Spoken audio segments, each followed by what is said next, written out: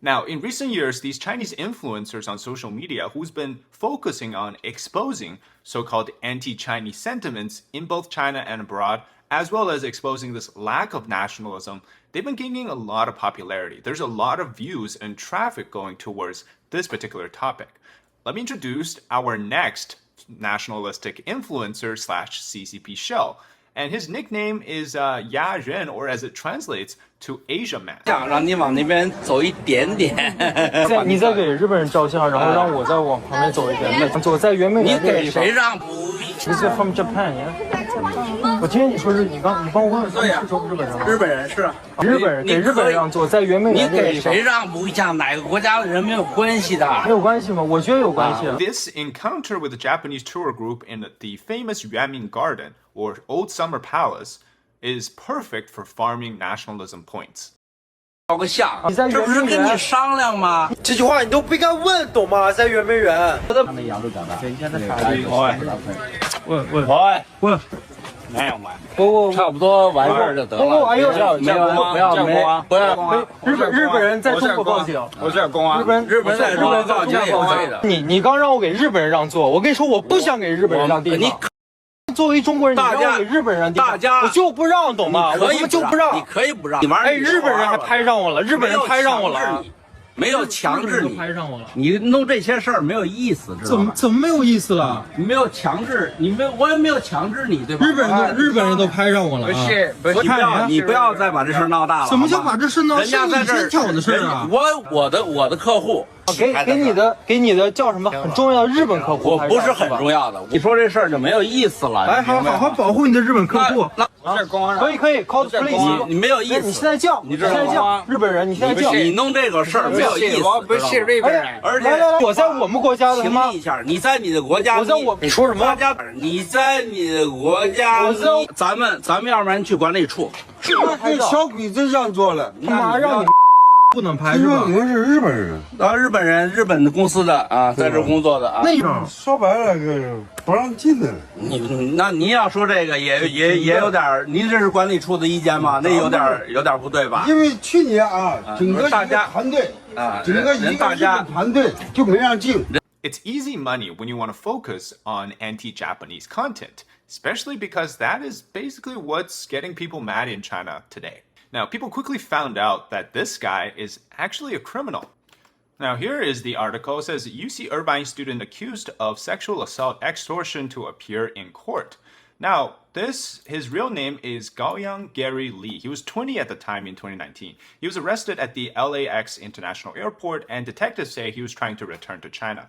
Now, the question is, I don't really know what happened between 2019 and now. Clearly, he's gone back to China, and this is his picture. So if we just compare this to the previous shot, you can see that he is the exact same person.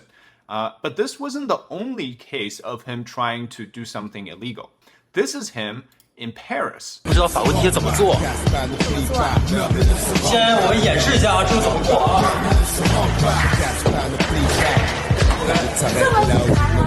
来，现在该你了啊！手一撑就行了，绕过来。对，漂亮！对，直一起，对，可以。This time he was teaching a girl on how to not pay for the subway fare in Paris. And before I continue, let's do a short ad segment from Ground News. Our sponsor, Ground News, is an app and website that gathers related articles from thousands of sources around the world in one place so you can see how different media outlets frame and write their version of that same story. Every story comes with a clear breakdown of the political bias, credibility, and headlines of the reported sources. And the ratings are backed up by 3 independent news monitoring organizations. Yep, in this case, Chinese state media have also been rated as well. So let's take a look at this article, for example. China's own anti-doping agency is probing into the US as a way to get back at them for accusing their swimmers of testing positive for these banned substances, as we've covered. Now, Ground News found nearly 50 sources reporting on this, with coverage coming across the political spectrum. For example, here you have 41% coming from the left, 8% coming from the right. So let's take a look at this article from South China Morning Post. And they're, of course, based in Hong Kong. I often cite them in terms of reporting the actual story. I can see here on why they're accusing the US of an international sports scandal. I can either click and read more on why they're accusing the US of an international sports scandal, or I can keep scrolling to read on other news outlets and how they're framing this particular story. On the other hand, you can take a look at the Oregonian, which is based in the US, highly credible source, says an American Olympic sprinter in this latest doping controversy is simply collateral damage as the US continue to feud with China. I really believe Ground News is the place you go to if you want to be more informed than the average news reader and to get multiple perspectives from different outlets all at the same time.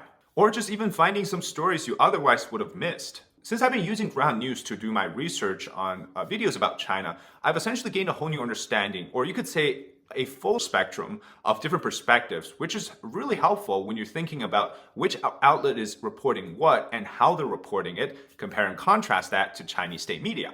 It's really allowed me to counter the disinformation coming out from the Chinese government. So go to ground.news.com/David Zhang or scan my QR code to subscribe today. If you sign up through my link, you'll get 40% off of the same Vantage plan that I use for unlimited access to all of their features.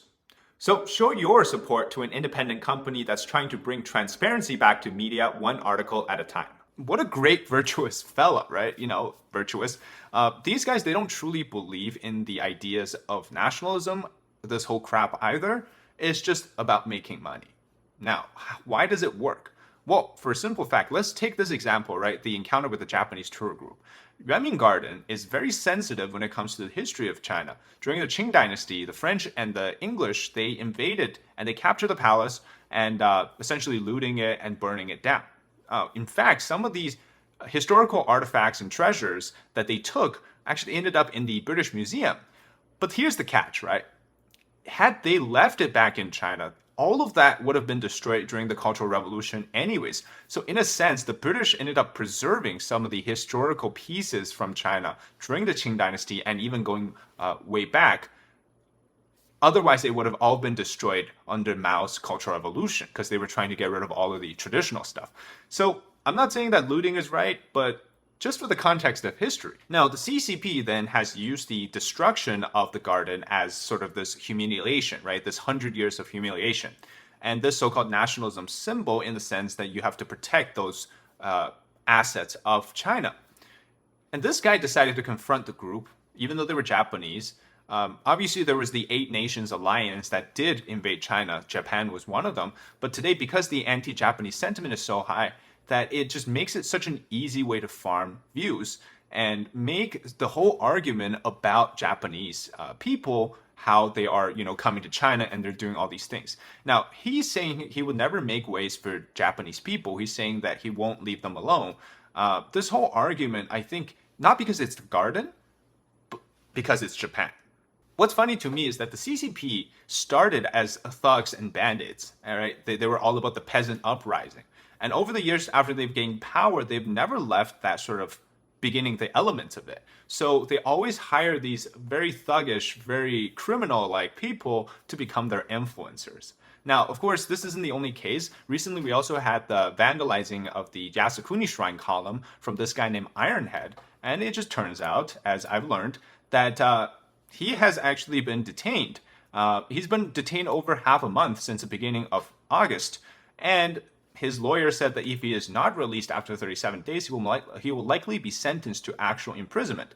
And he was arrested due to scams and extortion charges. So this is another one of those cases where initially he did it for the nationalistic points, and then afterwards people find out he's really not a good guy. And so these are the examples that the CCP is putting out.